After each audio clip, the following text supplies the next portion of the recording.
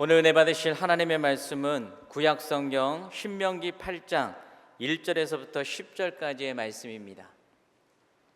구약성경 274페이지에 있는 신명기 8장 1절에서부터 10절까지의 말씀입니다.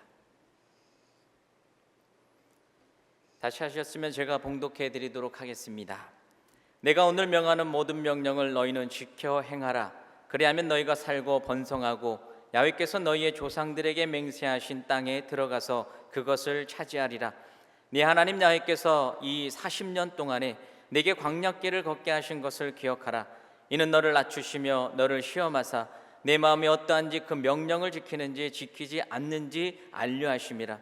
너를 낮추시며 너를 줄이게 하시며 또 너도 알지 못하며 내 조상들도 알지 못하던 만나를 내게 먹이신 것은 사람이 떡으로만 사는 것이 아니요 야훼의 입에서 나오는 모든 말씀으로 사는 줄을 내가 알게 하려 하심이라. 이 40년 동안에 내 의복이 헤어지지 아니하였고 내 발이 부르트지 아니하였느니라. 너는 사람이 그 아들을 징계함 같이 내 하나님 야훼께서 너를 징계하시는 줄 마음에 생각하고 내 하나님 야훼의 명령을 지켜 그의 길을 따라가며 그를 경유할지니라.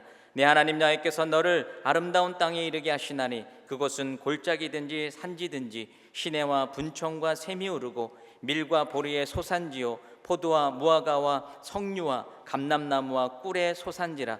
내가 먹을 것에 모자람이 없고 내게 아무 부족함이 없는 땅이며 그 땅의 돌은 철이요 산에서는 동을 캘 것이라. 내가 먹어서 배부르고 내 하나님 야훼께서 옥토를 내게 주셨으므로 말미암아 그를 찬송하리라. 아멘. 저는 오늘 광야 길을 걷게 하시는 하나님, 이런 제목으로 광야 시험에 대한 하나님의 말씀을 나누고자 합니다. 성도 여러분, 이스라엘 백성은 430년 동안 이집트, 애굽에서 노예 생활을 해야 했습니다. 그런 비참한 자들을 하나님께서 자유케 하십니다. 그분의 종 모세를 보내셔서 권능의 재앙과 홍해의 기적을 통해서 승리와 구원을 주셨던 것입니다. 이에 온 백성이 기뻐 춤추며 찬양을 합니다. 하나님께 감사드립니다. 경배합니다. 아마도 이제부터는 고생 끝, 행복 시작, 항상 좋은 일, 멋진 일만이 우리를 기다리고 있으리라 그들은 기대했을지 모릅니다. 그러나 여러분, 정작 이스라엘 백성이 당면하게 되는 것은 젖과 꿀이 흐르는 가나안에서의 풍요로운 삶이 아니고 광야의 여정이었습니다.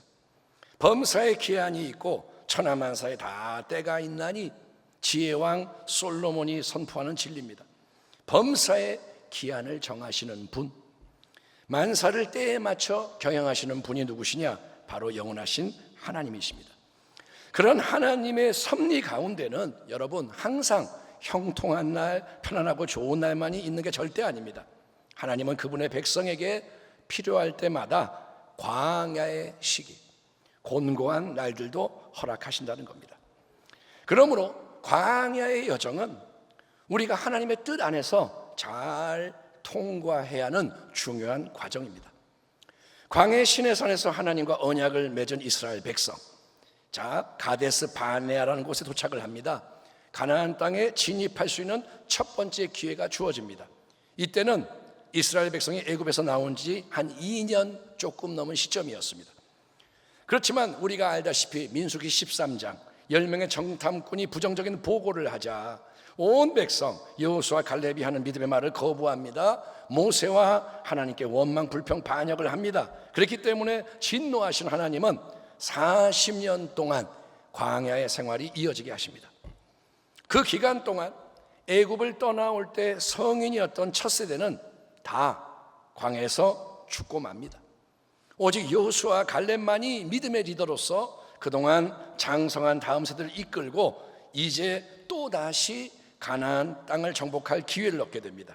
이때 모세가 마지막으로 긴 설교를 하는 내용이 바로 신명기라는 책인데, 신명기 8장 본문에서 모세는 40년 광야 생활 동안 하나님이 너희 이스라엘 백성을 세심하게 다루시고 준비하시는 일을 시행하셨다라고 상기시켜 줍니다. 그러니까 광야의 긴 여정 40년은 결코 헛된 시간이 아니라 거룩한 목적을 가지고 하나님이 친히 이끌어 오셨던 길이라는 진리를 되새겨주고 있는 것입니다. 내가 오늘 명하는 모든 명령을 너희는 지켜 행하라. 그리하면 너희가 살고 번성하고 야훼께서 너희의 조상들에게 맹세하신 땅에 들어가서 그것을 차지하리라. 네 하나님 야훼께서 이 40년 동안에 내게 광야 길을 걷게 하신 것을 기억하라. 이는 너를 낮추시며 너를 시험하사 네 마음이 어떠한지 그 명령을 지키는지 지키지 않는지를 알려 하심이라.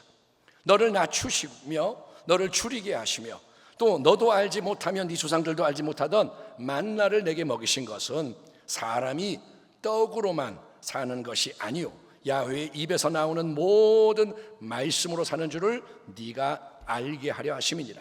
이 40년 동안에 네 의복이 헤어지지 아니하였고 네 발이 부르트지 아니하였느니라.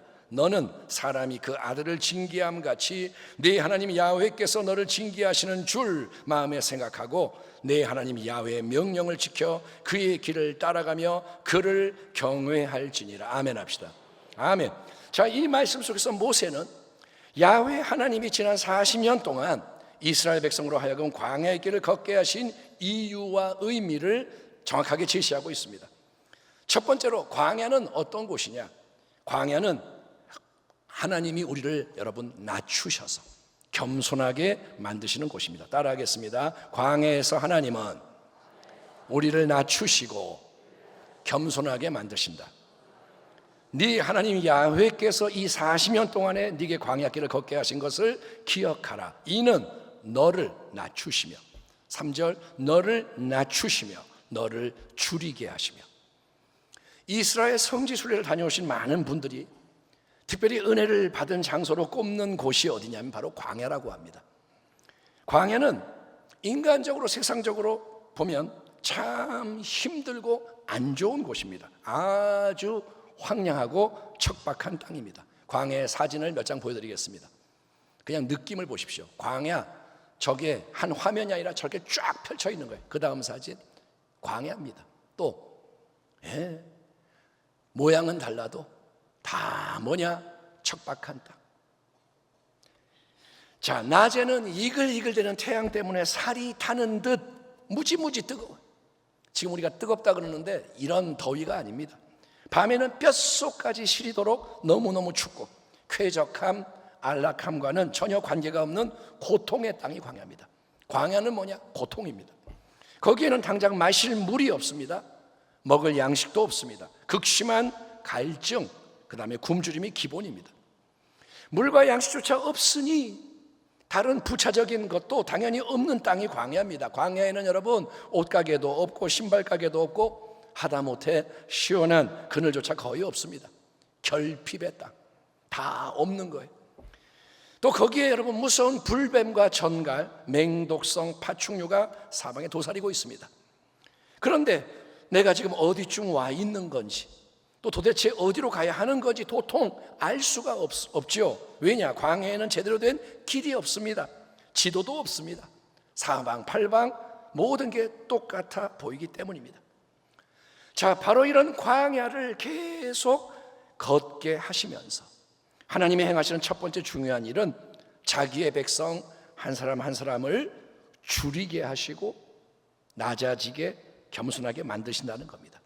여러분, 사람이 좋은 환경 속에서 잘 먹고 잘 입고 내가 하고 싶은 대로 할 수 있을 때는 힘이 있고 혈기가 왕성합니다.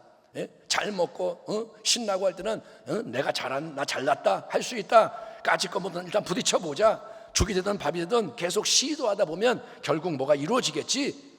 이런 마음가짐이 세상적으로 보면 성공을 위해서 바람직한 거겠죠. 그게 멋진 거죠. 하지만 여러분, 광야에 딱 들어서게 되면 그 모든 게 꺾이게 됩니다. 광야를 통과하면서 그 모든 게 점점 더 약해지고 사라져 가게 됩니다. 이런 상황, 광야에서는 내가 아는 게 별로 없구나, 내가 아는 게 아무 소용이 없구나, 내가 할 수 있는 게 아무것도 없구나, 내 힘과 자원이 전혀 소용이 없구나, 다른 사람들도 내게 도움이 안 되는구나, 우리 모두가 결국 어찌할 수 없는 연약한 존재일 뿐이구나. 이런 깨달음이 단순히 머리의 지식으로만이 아니라 마음 깊은 곳에서부터 일어나도록 하나님이 역사하시는 곳이 광야입니다. 광야의 시기는 여러분 풍성하게 잘 먹는 때가 아니라 줄이고 목마른 결핍의 때입니다. 든든했던 재정, 두둑했던 지각, 물질의 버팀목이 사라지고 자신했던 건강은 자신 있어.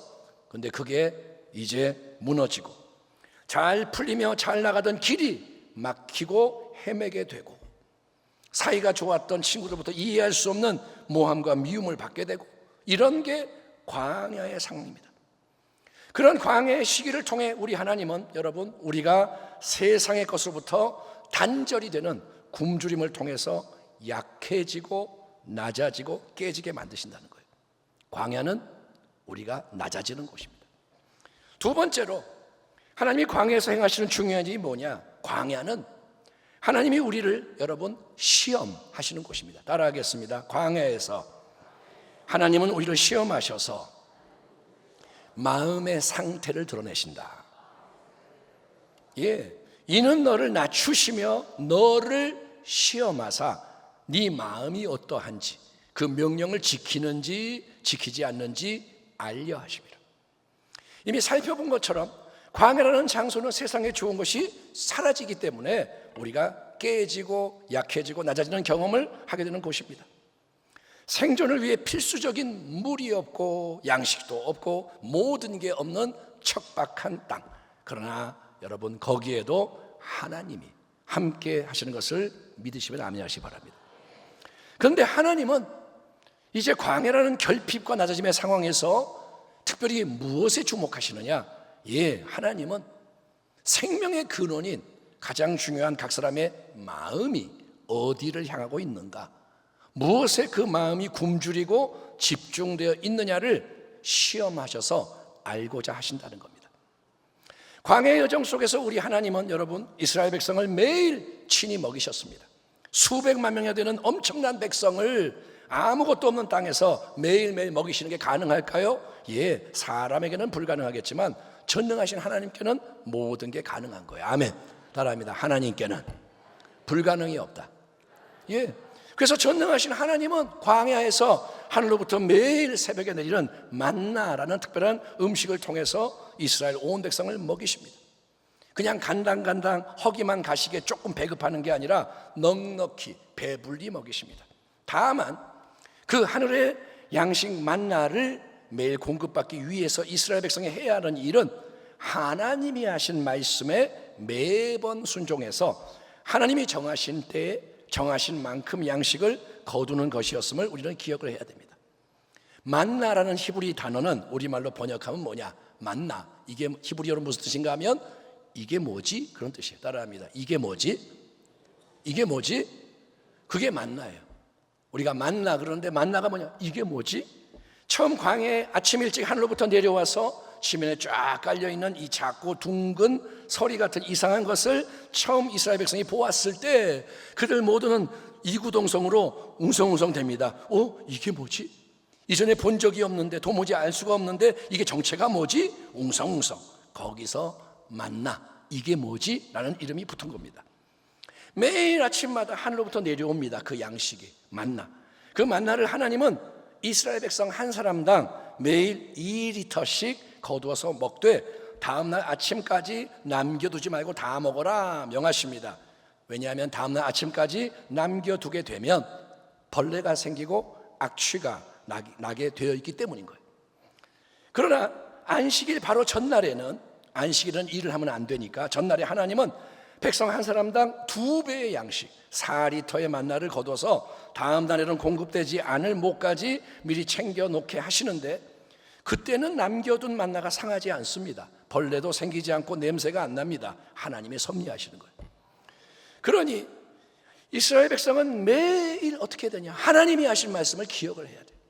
오늘이 무슨 요일이지? 하나님이 오늘 무슨 말씀을 하셨지? 그래서 그대로 순종을 해야만 일용할 귀할 하늘의 양식을 광야 한복판에서 계속 공급받으며 살아갈 수 있었던 것인데 그 진리를 표현하는 유명한 성경 구절이 이겁니다. 사람이 떡으로만 살 것이 아니오. 아멘.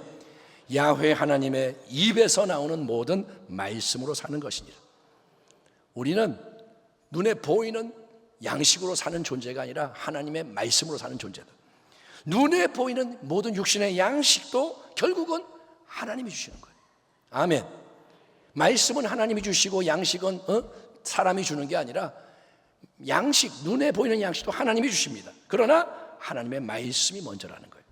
하나님의 말씀대로 살아가는 자, 먼저 하나님의 나라와 그분의 의의를 추구하는 자에게 일용할 양식과 필요한 모든 것이 광야 한복판에서도 더해진다는 것을 믿으시면 아멘 하시기 바랍니다. 하나님이 살아계시고 그분은 공급하시는 분인 거예요. 자, 그런데 이제 시간이 지나면서 문제가 발생합니다. 하나님은 광야의 여정 동안 매일 똑같은 음식, 하늘의 만나만을 주시는 거예요. 그 양식은 매일 충분히 배부르게 해주고 필요한 영양분을 완벽하게 공급해 줍니다. 최고의 음식입니다. 하지만 매일매일 같은 음식, 만나만을 먹다 보니까 이스라엘 백성 중에는 어느 순간부터 원망과 불평이 터져나오게 되었던 것입니다. 어느 날부터 갑자기 뭐라냐? 이놈의 만나, 매일매일 똑같은 만나, 너무너무 지겹다. 이걸 구워 먹고 삶아 먹고 비벼 먹고 볶아 먹고 별짓을 다 해봐도 결국 맛은 똑같잖아. 식감이 거기서 거기잖아. 과거 애굽 땅에 있을 때 우리는 고기를 먹었었잖아. 여러 종류의 맛난 고기를 골라서 먹었을 때 그 맛이 얼마나 좋았냐? 고기가 먹고 싶다. 애굽의 시절 참 좋았지. 그립다. 여러분, 애굽 땅에서 이스라엘 백성의 삶은 어땠나요? 그들은 비참한 노예 생활 속에서 무지막지한 고통을 당했습니다. 채찍맞고 맨날 억압당하고, 그래서 하나님께 구원해달라고 울부짖었기에 그런 간구가 상달돼서 은혜로 해방받은 거 아닙니까? 그런데 이제 광야 생활 속에서 그들이 하늘의 만나로 만족하지 못하고 광야에서도 공급하시는 놀라운 은혜에 전혀 감사하지 않고 오히려 노예 생활하던 애굽을 먹었던 고기를 그리워하며 원망, 불평, 반역을 하는 것을 보십시오. 바로 그런 마음의 상태를 하나님이 시험하셔서 여실히 드러내시는 겁니다. 하나님은 광야에서 매일 똑같은 만나만을 주십니다. 왜냐? 광야는 오직 하늘의 만나로 하나님의 말씀에 순종해서 받는 최소한의 필요한 양식으로 살아가야 하는 때이기 때문입니다. 광야에서 하나님은 기본적인 모든 필요를 신실하게 채워주십니다. 사람은 먹어야 사니까 먹을 걸 주시고, 마셔야 하니까 반석을 열어 생수를 주시고, 입어야 하니까 옷이 해지지 않게 하시고, 하나님은 필요를 채워주세요. 하지만 광야에서 우리는 정욕을 따라 잘못 구하면 안 됩니다. 내가 인간적으로 원하는 세상의 수많은 것, 하나님이 제거하시는 헛된 것을 다시 하나님께 채워달라고 구한다면 그것은 내 마음이 여전히 세상을 짝하고 있고 결국은 내가 나 자신, 나의 옛자를 숭배하고 있음이 고스란히 드러나는 것입니다. 요한일서 2장 사도 요한은 정확하게 이 문제를 지적합니다. 이 세상이나 세상에 있는 것들을 사랑하지 말라. 누구든지 세상을 사랑하면 아버지의 사랑이 그 안에 있지 아니하니 이는 세상에 있는 모든 것이 육신의 정욕과 안목의 정욕과 이생의 자랑이라. 이니 다 아버지께로부터 온 것이 아니요 세상으로부터 온 것이라. 이 세상도 그 정욕도 지나가되 오직 하나님의 뜻을 행하는 자는 영원히 거하느니라. 아멘. 하나님 아버지의 뜻은 광야를 통과하면서 자기 백성의 마음이 더욱더 하나님을 갈망하며 하나님께 온전히 집중되는 것입니다. 세상의 것, 애굽의 고기에 대해서 배고프고 목마른 게 아니라 매일 하늘의 만나를 내려주시는 좋으신 하나님을, 아버지를 더욱더 사랑하고 추구하게 되기를 하나님이 바라시는 거예요. 아멘. 하지만 어리석은 이 이스라엘 백성 다수는 매일 하나님의 놀라운 이 은혜를 경험하면서도 매일 그 만나를 먹으면서도 광야의 만나로 만족하지 못합니다. 애굽의 고기가 먹고 싶다 원망 불평을 일삼았던 것입니다. 자, 하나님은 이에 그런 저급한 소원도 들어주세요. 그들이 원망하면서 고기 먹고 싶어요 그러니까 강한 바람이 불어오게 해서 수많은 메추라기 떼를 몰아다가 고기를 실컷 먹게 해주십니다. 하나님은 너네 그렇게 원한다면 내가 줬어요. 하지만 이제 이스라엘 백성은 또다시 어떤 새로운 오만 불평을 쏟아내느냐? 이제 그들은 뭐라 하냐면 고기만 먹으니까 실증 난다, 맛이 없다. 저 애굽 땅에는 오이와 파와 부추와 마늘, 온갖 입맛을 자극하는 재료들이 많이 있어서 참 좋았는데 여기 광야에는 그 모든 게 없잖아. 이게 뭐야? 마음이 상한다, 기분 나쁘다, 짜증난다. 이처럼 이스라엘 백성은 하나님이 베푸시는 은혜를 풍성히 체험하고 있으면서도 계속해서 마음이 하나님과 그분의 말씀을 향하는 게 아니라 죄악 세상을 상징하는 애굽 땅과 그곳의 좋은 것을 탐하는 정욕으로 가득해 있음이 드러나게 되었던 것입니다. 광야의 시기에도 하나님은 내게 꼭 필요한 모든 것은 은혜로 충분히 공급하십니다. 아멘. 광야에도 하나님이 계시고 하나님은 좋은 일을 행하세요. 하지만 내가 인간적으로 원하는 모든 게 이루어지기를 그저 세상적으로 좋은 것으로 내 삶을 채우기를 원하는 방식을 고집한다면 그것은 광야의 시험에서 불합격하게 되는 것입니다. 광야는 뭐냐? 결핍의 땅이에요. 의미가 있는 땅이에요. 그 목적에 맞게 통과를 해야 됩니다. 그러니까 광야에서 우리는 여러분 사도 바울이 간증하고 있는 자족의 신앙을 반드시 배워야 하는 것입니다. 내가 궁핍함으로 말하는 것이 아니니라 사도 바울이 말합니다. 어떠한 형편에든지 나는 자족하기를 배웠노니 나는 비천에 처할 줄도 알고 풍부에 처할 줄도 알아 모든 일 곧 배부름과 배고픔과 풍부와 궁핍에도 처할 줄 아는 일체의 비결을 배웠노라. 내게 능력 주시는 자 안에서 내가 모든 것을 할 수 있느니라. 아멘. 따라합시다. 내게 능력 주시는 분 안에 거하면 나는 모든 상황에 만족하고 감사할 수 있습니다. 따라합니다. 광야의 환경에서도 기뻐할 수 있습니다. 이게 신앙이라는 거예요. 광야에 있어도 풍부와 똑같이 기뻐하는 거예요. 광야의 여정 속에서 하나님은 우리 한 사람 한 사람의 마음을 시험하십니다. 속에 있는 게 드러나게 하시는 거예요.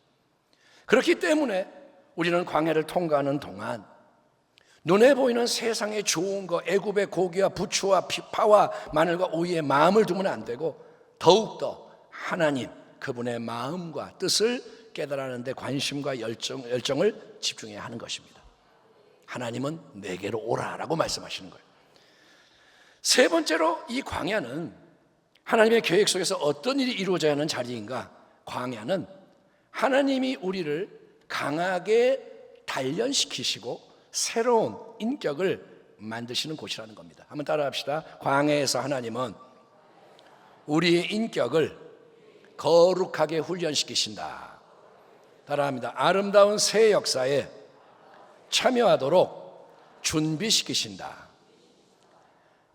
너는 사람이 그 아들을 징계함 같이 네 하나님 야훼께서 너를 징계하시는 줄 마음에 생각하고 네 하나님 야훼의 명령을 지켜 그의 길을 따라가며 그를 경외할지니라. 애굽 땅에서 해방될 때 이스라엘 백성은 하나님의 강력한 임재와 권능의 재앙들을 목도했습니다. 10가지 재앙, 하나님이 얼마나 강력하신지. 홍해에서 그들은 놀라운 기적을 체험했습니다. 애국 군대가 단번에 수장이 되어버리는 승리를 기뻐했습니다.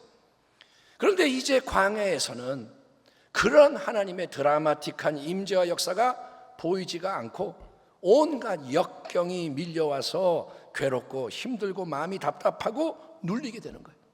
먹을 것도 없고 마실 것도 없고 이렇게 덥고 춥고 참 괴롭고 힘들고 답답하고 눌린다는 것은 지금 이 모든 게 내가 감당하기에 버겁게 다가온다는 겁니다. 그렇죠? 힘든 게 뭐냐? 버겁다는 거예요. 그런데 여러분 그게 바로 하나님의 연단과 훈련인 거예요. 하나님이 우리를 세밀하게 다루심으로 그분이 원하시는 새로운 모습으로 만들어 가신다는 거예요. 헬스장에서 무거운 역기로 운동을 할 때 내가 별로 무겁지 않은 요 정도 무게, 별로 무겁지 않은 이런 걸 가지고 이거를 100번, 1000번 들어 올려도 근육이 만들어지지 않습니다. 이거 뭐 가벼운 거, 이거 내가 1000번 이렇게 해도 근육이 안 생겨요. 하지만 내가 감당하기에 우와 버겁다, 힘들다, 괴로워 이렇게 느껴지는 무게의 역기를 몇 차례 들어 올리며 계속 그 무게를 늘려 나갈 때 강한 근육이 계속 만들어진다고 합니다. 내가 힘이 안 드는 것은 뭐냐? 변화가 없는 거예요. 근데 이게 괴로워 이렇게 할 때 이게 뭐냐? 이제부터 근육이 만들어지는 거예요. 마찬가지로 우리가 영적으로 성장하고 성숙해지기 위해서는 우리의 육적인 것, 혼적인 것이 내려놓아지고 그 대신에 영적인 역량과 힘이 커져야 하는데, 그걸 이루기 위해서 하나님은 광야의 상황 속에서 우리 가운데 은밀하게 역사하신다는 거예요. 광야, 이 힘든 환경과 여건을 통과한 믿음의 선진들은 그 속에서 하나님이 보이지가 않고 느껴지지 않는다고 고백합니다. 하나님이 주신 위대한 약속이 있었습니다. 근데 그 약속은 눈앞의 현실과 너무나도 동떨어진 약속이기에 공허하게 거짓말처럼 느껴질 수 있는 겁니다. 아브라함의 경우가 그렇죠. 너에게 자식이 생길 것이다, 사라를 통해서. 현실은 뭐냐? 말도 안 돼. 그래서 아브라함은 아내 사라의 말을 듣고 인간의 방법으로 여종 하갈을 통해 이스마엘이라는 아들을 낳는 실수를 하기도 했습니다. 하지만 하나님께서는 그 모든 광야의 과정을 통해서 우리 안에 감추어 있는 신앙의 불순물을 드러내시고 처리해 나가시는 거예요. 다만 조건이 뭐냐? 우리가 하나님을 인정하고 그분이 행하시는 일을 기꺼이 따라가려고 해야 한다는 거예요. 아멘. 광야 속에서 내가 하나님을 인정하고 하나님의 행하신 것을 깨닫고 따라가기를 원해야 한다 이거예요. 하나님을 가까이 하라. 그리하면 나 하나님도 너희를 가까이 하리라. 아멘. 아멘. 이게 성경 전체를 통해 하나님이 제시하시는 언약 관계의 원리인 거예요. 하나님은 우리의 하나님. 아멘. 나는 하나님의 자녀 백성. 그런데 하나님을 가까이 할 때 하나님도 가까이 오신다는 거예요. 광야에서 하나님은 내가 드리는 세상적인 기도를 그대로 착착 다 응답해 주지 않으십니다. 어린아기 시절에는 내가 응애 울기만 해도 오냐 즉시 응답해 주신 것 같은데 그런 때가 있습니다. 마음에 생각만 해도 딱 이루어지고. 그런데 광야에서는 꼭 필요한 만나와 한 벌의 옷과 한 쌍의 신발만 주실 뿐, 세상적인 것과 정욕에 속한 것은 단절되게 하시는 거예요. 가장 필요한 것 외에는 안 주시는 거예요.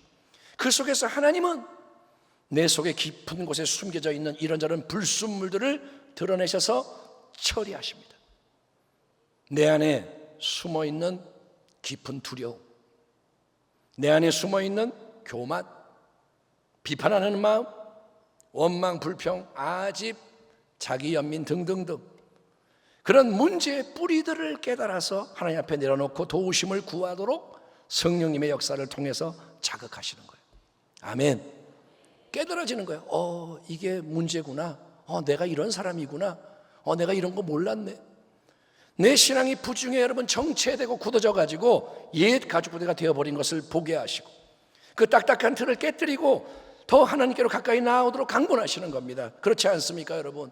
처음에 신앙생활을 시작할 때는 첫사랑의 뜨거움이라는 게 있습니다. 처음 예수 믿을 때 마음이 순수하고 시간이 지나면서 그런데 자기도 모르게 형식적이고 종교적인 신앙을 유지하는 걸로 만족하게 되는 경우가 많지 않습니까?